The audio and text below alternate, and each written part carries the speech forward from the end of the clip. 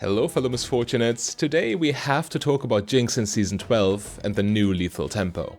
For reference, lethal tempo used to give you 3 to 6 seconds of increased attack speed shortly after you dealt damage to an enemy champion. With the pre-Season 12 patch, however, lethal tempo got a truly massive rework that completely changed the identity of the rune. Due to its former time limit of 6 seconds activation time at most, lethal tempo was used for short trades that had to be organized around its strict activation requirements. Nowadays though, lethal tempo does quite the opposite, as you get more and more value out of the rune the longer the fight goes on. It is very similar to the old Fervor of Battle in a sense, because with each basic attack against enemy champions, lethal tempo will further and further increase your damage by giving you combat stats. Yet there are two key differences between these keystones. Fervor of Battle used to give you attack damage with each stack, but lethal tempo gives you attack speed instead. Additionally, and most importantly, lethal tempo increases your attack range on marksmen by 100 units as soon as you reach the maximum amount of stacks, which is 6. Now imagine this with Jinx. As soon as Jinx reaches level 9 and gets her 5th point in queue, the champion already has 725 attack range as long as you stay in rocket form. This by itself makes it very difficult for your opponents to get on top of you, which means if you position correctly, you can attack them completely for free. In Season 12, however, after attacking the opposing team 6 times, your already massive range increases from 725 to 825 thanks to the new lethal tempo. To give you a better idea of how big this range advantage truly is, try to imagine Caitlyn, the champion with the biggest base range in the game. Now imagine Caitlyn with the item Rapid Fire Cannon. And now try to wrap your head around the fact that Rapid Fire Cannon Caitlyn has less range than lethal tempo Jinx. You know, typically after a big change or rework like this, initial win rates drop significantly because people need to learn the new playstyle first. Lethal tempo Jinx? Solid average of 52% win rate from day 1 with an ever increasing play rate. We will definitely see a nerf in the future because numbers like these are not okay after a rework. And unless they are absolutely gutting Jinx or lethal tempo, she will remain insanely strong even after a nerf. Okay, so what's the optimal way to actually play lethal tempo Jinx?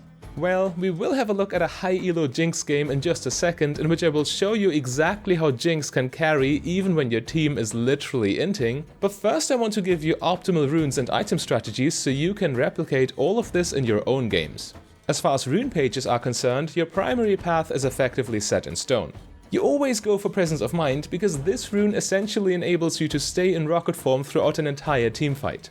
Obviously, there are situations in which minigun form would be more beneficial, but if you have to play it safe and attack from max range, well, with Presence of Mind you definitely can. Legend Bloodline is also a must-have because you don't want to be forced to buy a lifesteal item on Jinx early. In most games it is optimal for Jinx to focus on damage items because Shield Bow and Bloodthirster are rather situational on her. The last slot on the precision path is somewhat flexible, as Cutdown can be used against very tanky team compositions, but you can also just go with Coup de Grace every game for guaranteed value. Now as far as your secondary rune choices are concerned, Taste of Blood and Ravenous Hunter on the domination path are by far the most popular. Indeed, they work quite well, since especially the healing from Taste of Blood makes your lane phase much easier to play. And once you reach that huge level 9 power spike, you can go absolutely crazy on Jinx, so a safe lane phase is definitely what you want. Ravenous Hunter, while being worse than Legend Bloodline, is still decent late game healing, adding more safety in teamfights. However, you also have the option to go for Magical Footwear and Biscuit Delivery instead. The biscuits, while providing less health than Taste of Blood, still help you to reliably get through the lane phase. Yet the big selling point is Magical Footwear. This rune is just incredible on AD carries because not needing to spend 300 gold on boots means you get your items 300 gold earlier. Marksmen snowball super hard with items, and this is especially true for a late game hypercarry like Jinx. However, there is also a third option. This one is probably the greediest of them all because neither Absolute Focus nor Gathering Storm can help you to survive the lane phase. But once you reach the mid and late game, the extra attack damage from these runes in combination with the enormous attack speed from your items and lethal tempo enables you to break any opponent to pieces. I recommend that you click the subscribe button and choose your secondary runes according to the enemy team. If you can expect an easy lane phase, picking Absolute Focus and Gathering Storm for late game dominance is definitely viable. Against very oppressive bot lane combos, like Morgana plus Caitlyn for example, the healing from Taste of Blood is probably a better option for you. You get the idea. Itemization on Jinx is also quite interesting. All 3 marksman mythics are viable for your first item. Kraken Slayer should be your default choice as it hands down provides the most damage. Its massive attack speed also allows you to stack Lethal Tempo faster, and Lethal Tempo in return feeds back into Kraken Slayer's passive, setting up your true damage hit in less time and making it easier to apply with the 100 bonus range. Gale Force can be picked against high mobility threats or when there are key skill shots you need to dodge, such as Ashe's ultimate for example. The extra movement speed will help you to kite and stay in range to keep stacking and using your keystone, and of course to outmaneuver fed bruisers who are trying to get on top of you. If there are champions on the enemy team where even the mobility from Gale Force won't save you, Shield Bow is your only option. When an opposing Nocturne for example decides to ult you, then he will ult you. There is nothing you can do to avoid that, so trying to power through with Shield Bow's extra lifesteal and shield is simply your best bet. Your second item comes down to personal preference, I would say, with the exception of Mortar Reminder. If your team desperately needs healing reduction to deal with certain enemies and your allies refuse to buy it themselves, then Mortar Reminder is a must-have for you. In all other situations, however, feel free to choose between Phantom Dancer, Runan's Hurricane or Rapid Fire Cannon to your liking. They all have their pros and cons of course, so it solely depends on what you value the most in your games. Phantom Dancer has the highest damage against single targets and perfectly complements Lethal Tempo. It provides the most in-combat movement speed, making it easy to maintain stacks, and the most attack speed. Of course, there's no such thing as too much attack speed with Lethal Tempo, because the rune also still allows you to exceed the attack speed limit. Runan's Hurricane is naturally the best item for teamfights because it enables you to hit multiple targets at once. It is especially interesting on Jinx because the 2 extra bolts will also shoot AoE rockets as long as you are in rocket form, allowing you to absolutely melt the entire enemy team if they are standing too close together. Rapid Fire Cannon is there for the complete range overload. Of course, you only have rapid fire range for 1 attack when it is stacked, but if you like sieging and poking your enemy, then this item does the job. Also, there will be the occasional situation in which you are at max Lethal Tempo stacks and get your Rapid Fire Cannon passive ready at the same time, allowing for a single rocket launcher attack from almost 1000 range. Just a quirky little interaction to think about. Your third and fourth items should be Lord Dominic's Regards and Infinity Edge in whatever order you think fit. I recommend to get Lord Doms before Infinity Edge in the vast majority of cases though. Base armor is very high in League of Legends, so even a random armor item like Zhonya's Hourglass on an opposing mid laner will already tip the scales. Your last slot can be any semi-defensive utility item to prevent the enemy from one-shotting you, or if you feel safe enough, you can also get another Zeal item. Okay, as promised, we will now have a look at a very interesting solo queue game, so we can learn exactly how a high elo player maintains their sanity and carries your average solo queue teammates to victory. They go for the Lethal Tempo rune page with Domination secondary in this game, and their item build is Gale Force, Hurricane, Lord Doms, Infinity Edge and Bloodthirster. By the way, I'm not exaggerating. This is the gold graph of the game we will now analyze, and as you can see, Jinx's team is constantly extremely far behind. Yet, Lethal Tempo Jinx still ends up carrying. This is a master elo game by the way, so get ready for a high quality analysis.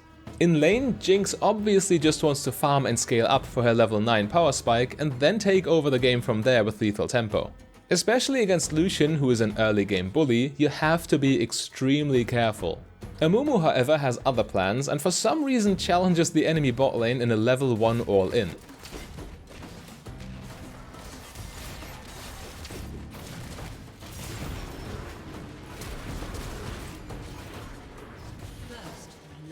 You don't need to be an expert to know that this cannot and will not go well, and honestly I'm not sure how a master tier support player could make such a decision. Maybe they are tilted from a previous game or something.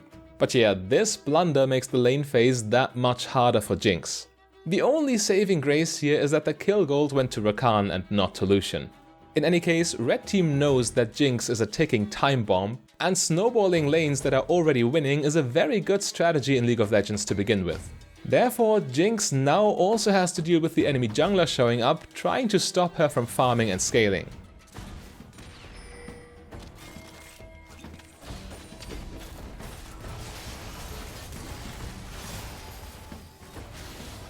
Being an immobile AD carry, Jinx doesn't really have any counterplay here.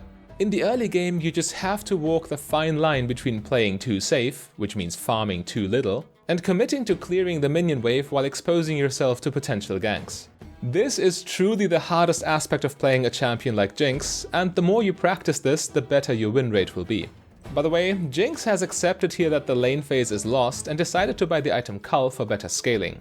I'm not too sure about this, to be honest, because buying Cull makes you even weaker than you would need to be in the moment. Personally, I'm not a fan, especially because the early game is so important, but maybe it's justifiable in some situations. The fact objective bounties now exist in the game certainly makes Cull a little better, but I'm still not too convinced really.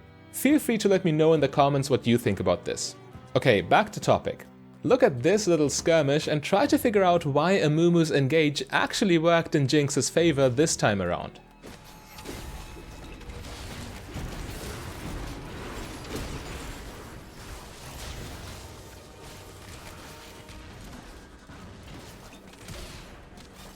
The answer, of course, Amumu connected his bandage toss right as Rakan went off to place down a ward, so Lucian was effectively in a 1v2 and out of position. Ever so slight mistake on Lucian's part, but Amumu seized the opportunity instantly. Very well played. The next thing here, while not being Jinx specific, is still one of the most important concepts in the bot lane, and we have a perfect example here, so let me show you. In a 2v2 lane, what do you do when your lane partner gets caught? The correct answer is always you reverse all in the opponent with the highest damage output. This is your best shot at saving your lane partner, and in this case it saved Jinx's life. Anyway, Jinx is definitely having a rough time in this lane phase as her opponents are doing their best to abuse their early game dominance.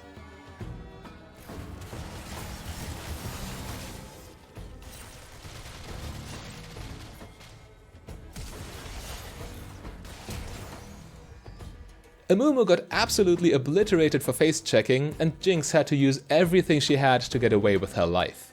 By now, however, all three lanes lost their towers, and while this is bad, at least Jinx is level 9 and can finally enter the mid game to take matters into her own hands again. And oh boy, she does.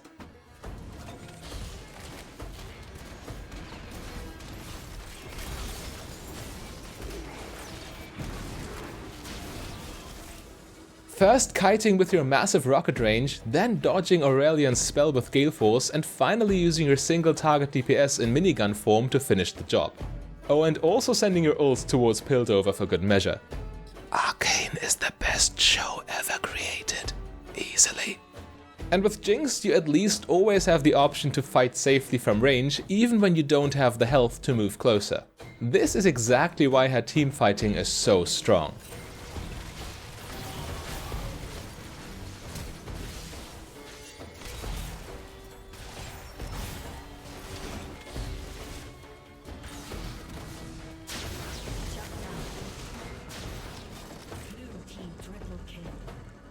Skarner's flash engage would have taken most AD carries out of the fight completely, but Jinx still contributes from a screen length away. And now that she got all that gold from the triple kill, her weak lane phase doesn't even matter anymore. As long as you position correctly and don't get too far ahead of yourself, your impact at this stage of the game is truly massive. The following clip could have been a perfect fight, but there are two slip-ups that could and should have been avoided.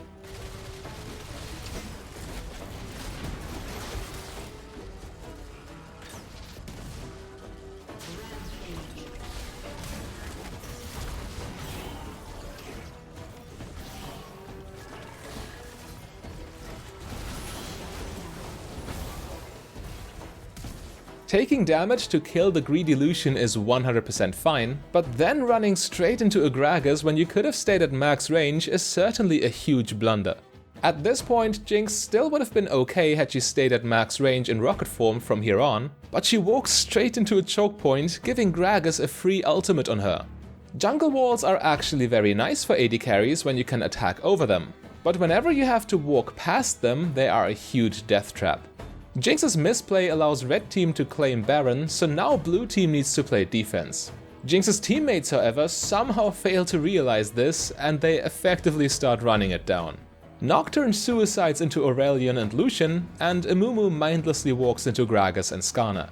The entire blue team then starts falling like dominoes, so now we are really playing from behind. In my opinion though, being able to mentally power through after such a blowout is the single most important skill you need to have if you want to climb in solo queue. Oh, and can we take a moment to appreciate just how terrible the Chemtech map is for Aurelion Sol? Arguably worse than for Rengar if you ask me. Anyway, Jinx's damage output in the following fight is simply insane. Just watch the range and safety she has as well.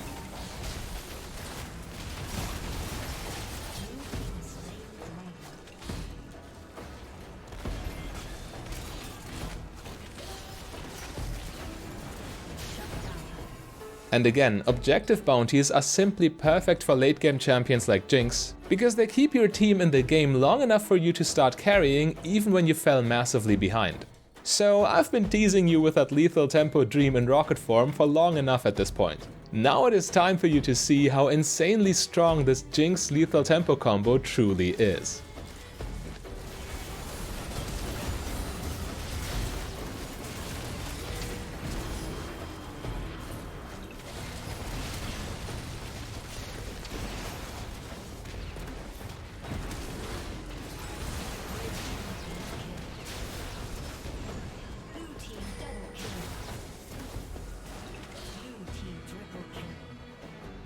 Once it is stacked up, there is simply no escape. 825 attack range on Jinx in combination with her being able to hold onto it indefinitely is just impossible to deal with. Red team has to try everything to deal with Jinx and take her out of the game, because as long as she is alive, they have no chance in teamfights whatsoever. If they can't lure Jinx out of her team's backline and kill her quickly, the fact her allies don't deal damage at all truly doesn't matter anymore.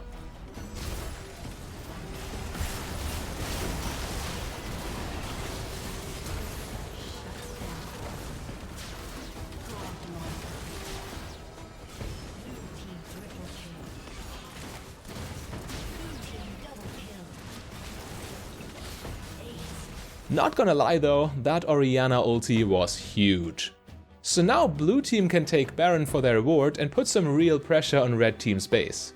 In the last ditch effort, Skarner tries to catch Jinx with his Predator keystone, but this is exactly why she wanted Gale Force in this game.